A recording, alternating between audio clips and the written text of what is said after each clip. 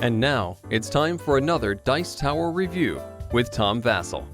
Hey everybody, I'm Tom Vasel, and today we're taking a look at a kids game from Dryhazen, who makes some of the best kids game in the market. This one's called Monster Bande, or Get the Twin. Did you know monsters have twins? Now I know a lot of people probably shy away from kids games, but I'm certainly always interested in them.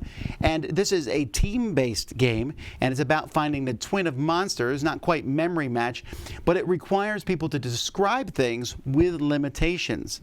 It's an interesting game. There's certainly a plethora of games out there with cute monsters, and this is certainly one of those. But this one's a little different than the rest. Let me show you how.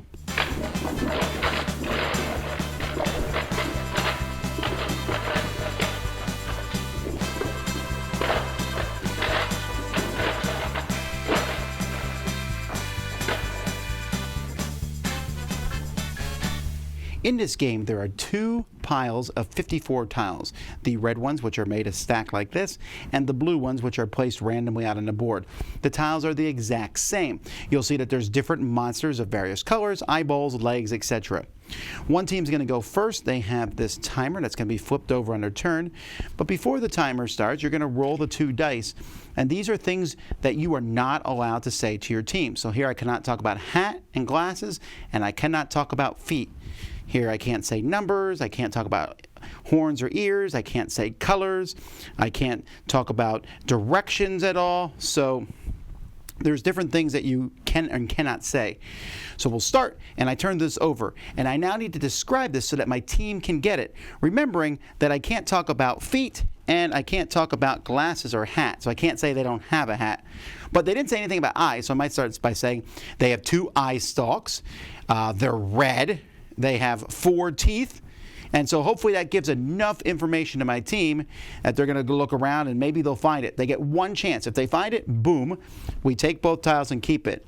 If I say, for example, here, I might say, well, they're not wearing a hat. Whoops, I made a mistake. We don't get it, we put it on the pile. Or if they point to the wrong one, we put it in the bottom of the pile.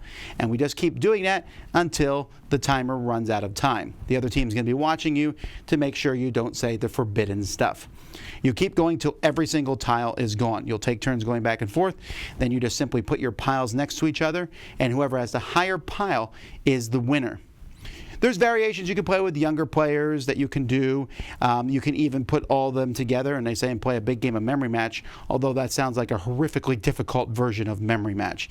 I'm like, oh, that was an orange monster, but I don't remember which orange monster it was. I don't think I would do very well at it, but that's how you play. Components for the game are fine. They're just a bunch of tiles that are both red and blue.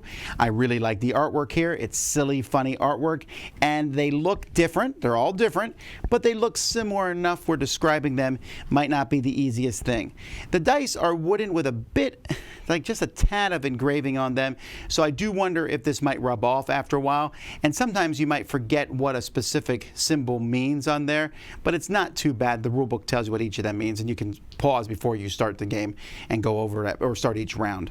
There's even rules in there, I should mention, for 2 players where you're kind of playing cooperatively, or 3 players where you take turns partnering with somebody else. Other than that, there's no limit on players. I was pleasantly delighted with this game. Monster Bande here is a game in which it's a speed game of sorts, but it requires you to describe the monsters. Okay, that's easy. This monster has 4 eyes. Oh, I can't say numbers. This monster's blue. Oh, I can't say colors. Now, fortunately, colors and numbers are on the same die, so they don't both pop up. But I found when color or number comes up, you're like, oh man, I gotta describe this stuff without saying numbers. So, you know, their arms, and you can do motions and stuff, and you can talk about it, and it's tricky though, and I like it because the trickiness is fine. I played this with my 6-year-old son, and he's not good enough to describe things with the restrictions, right?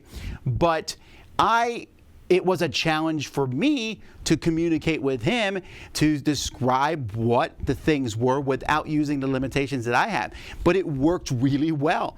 And as I watched my kids playing this and learning to communicate within the boundaries here, that's not a bad skill set to have in life, right? And this game teaches that. It's also fun, right? I'm not here just to talk about a game being educational, but this one just felt different. Good quality components, fun, cute monsters. That's a lot of kids' games. But this idea of describing something, but you can't say they have crazy hair. You can't even hint towards it. You got to just talk about the other characteristics and things. That's a neat concept. It's a neat teaching thing, and it's really fun for kids. Also, I'm a big fan of the team versus team thing with kids, and this allows the whole family to get involved. It's our turn. Each person's taking a turn being the person reading off the descriptions. Lots of fun. Recommend it. Monster Band. I'm Tom Vasel. We'll see you next time. Dice Tower Judgment, kid approved.